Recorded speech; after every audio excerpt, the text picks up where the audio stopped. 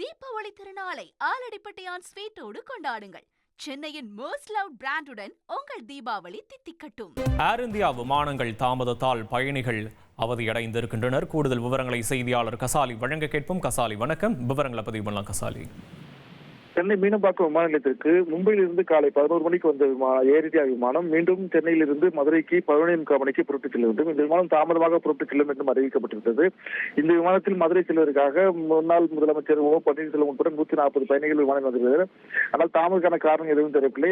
இந்த விமானம் தாமதமாக புறப்பட்டுச் செல்லும் என்று அறிவிக்கப்பட்டது. அதேபோல் பகல் 1:30 மணிக்கு அளவில் மதுரை செல்ல வேண்டும் என்றும் அறிவிக்கப்பட்டிருந்தது. இதேபோல் 12:55 மணிக்கு சென்னையிலிருந்து டெல்லி செல்ல வேண்டிய ஏர் இந்தியா விமானம் சுமார் 2 மணி நேரம் தாமதமாக 3:45 மணிக்கு புறப்பட்டு செல்லும் என்று அறிவிக்கப்பட்டிருந்தது.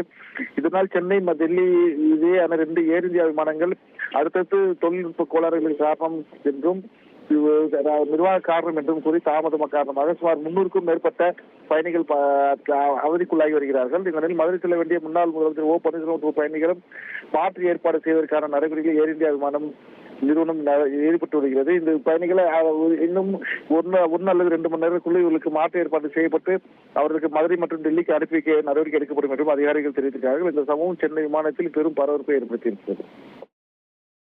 விவரங்களுக்கு நன்றி கசாலி. தீபாவளி திருநாளை ஆலடிப்பட்டியான் ஸ்வீட்டோடு கொண்டாடுங்கள். சென்னையின் மோஸ்ட் லவ்ட் பிராண்டுடன் உங்கள் தீபாவளி தித்திக்கட்டும்.